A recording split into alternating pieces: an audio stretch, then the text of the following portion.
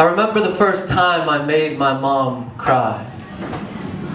I accidentally swiped her right eye with an inflatable blue whale. She screamed and we rushed her to the hospital over the dark, wet streets, and after 2 hours in a dusty yellow waiting room, she emerged with a smile, wearing an eye patch. She was the first pirate I ever knew. She's everything I know to be true. I remember the buried blue tires scattered between swings and seesaws on Tom Thumb's playground, and the merry-go-round at the Danbury Mall. Charlie Brown 40 feet tall at Macy's Day Parade in fall. I remember flipping through the picture book my sister made to send me off to school.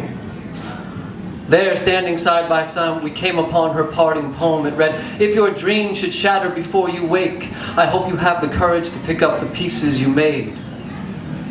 I made peace with my brother whose prescriptions led him astray the minute I realized I couldn't fix him, that the only gift that I could give him was my time.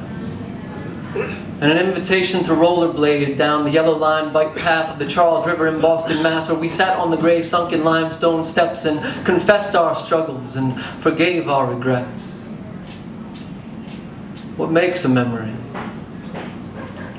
They say a newborn child is around 17 experiments every minute. I can vaguely remember what it felt like to see through those kinds of eyes. What do you remember of that time? When everything was an open book yet to be defined, and then we grew up and our brains began to streamline our design, so we formed the necessary habits to inhabit the world that we've been given.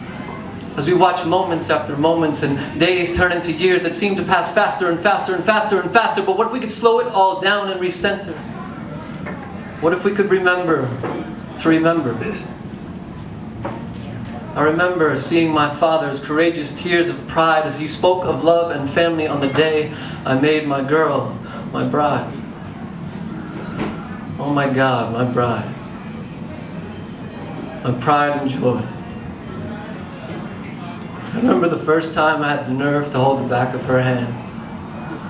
Watching her command a room without saying a word, her Hepburn smile and unfathomable curves, and the first time she ever said the words, "I love you."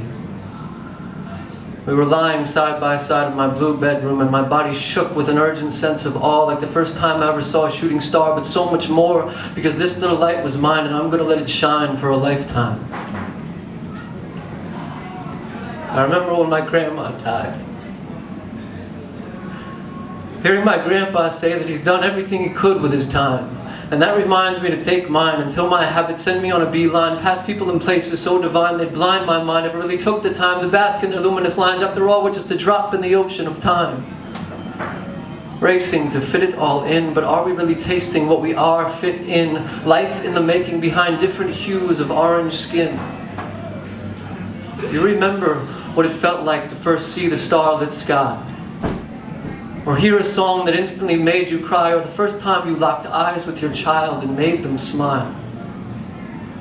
We are surrounded by these moments, literally filled with unseen miracles, so what would it take to live a little more in awe?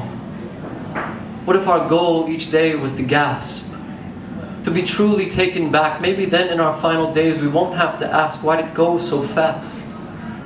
Our memories would be full of laughs on a path of surprise encounters and impossible math, of lessons learned and wrongs turned right, of fights and forgiveness and passionate nights, of gratitude so endless that it fills us completely, and of inspiration that shows us that we are the meaning.